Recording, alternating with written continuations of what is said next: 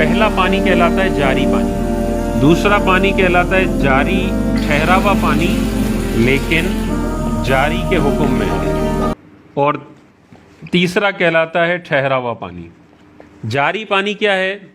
तिनका रखें और पानी तिनके को बहा कर ले जाए, इस पानी को कहते हैं जारी पानी। ठीक है, तो नहर का पानी है, देखें तिनका डालें फौरन बहा कर लेकर चला जाएगा।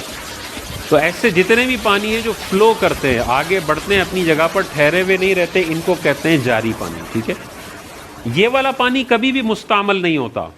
लाख दफ़ा इससे वज़ू कर लें, लाख दफ़ा गुस्ल कर लें, ये पानी हमेशा वज़ू और गुस्ल के काबिल होता है। और ये नापाक भी नहीं होता जब तक इसमें नजासत का रंग, बू और मज़ा ज़ाहिर ना हो जाए। टनों टन वज़नी इसके अंदर नजासत गिर रही हो, ये नापाक उस वक्त तक नहीं होगा जब तक इसमें से बदबू ना आ जाए, इसका रंग तब्दील ना हो जाए या कोई असर ज़ाहिर ना हो नजासत का, तब तक ये पानी पाक है। तो आपको नज़र आ रहा है पूरी सीवरेज की लाइनें सवात के जो है वो दरियाओं में जा रही हैं। तो डाउट होगा कि यार ये तो इतनी, अभी इधर ही बराबर में ही सीवरेज की लाइन जा रही है, तो मैं इधर ही खड़ा हुआ हूँ और ये पानी मेरे ऊपर आ रहा है या मैं पाँव डाल रहा हूँ, तो नापाक तो नहीं हो जाऊँगा।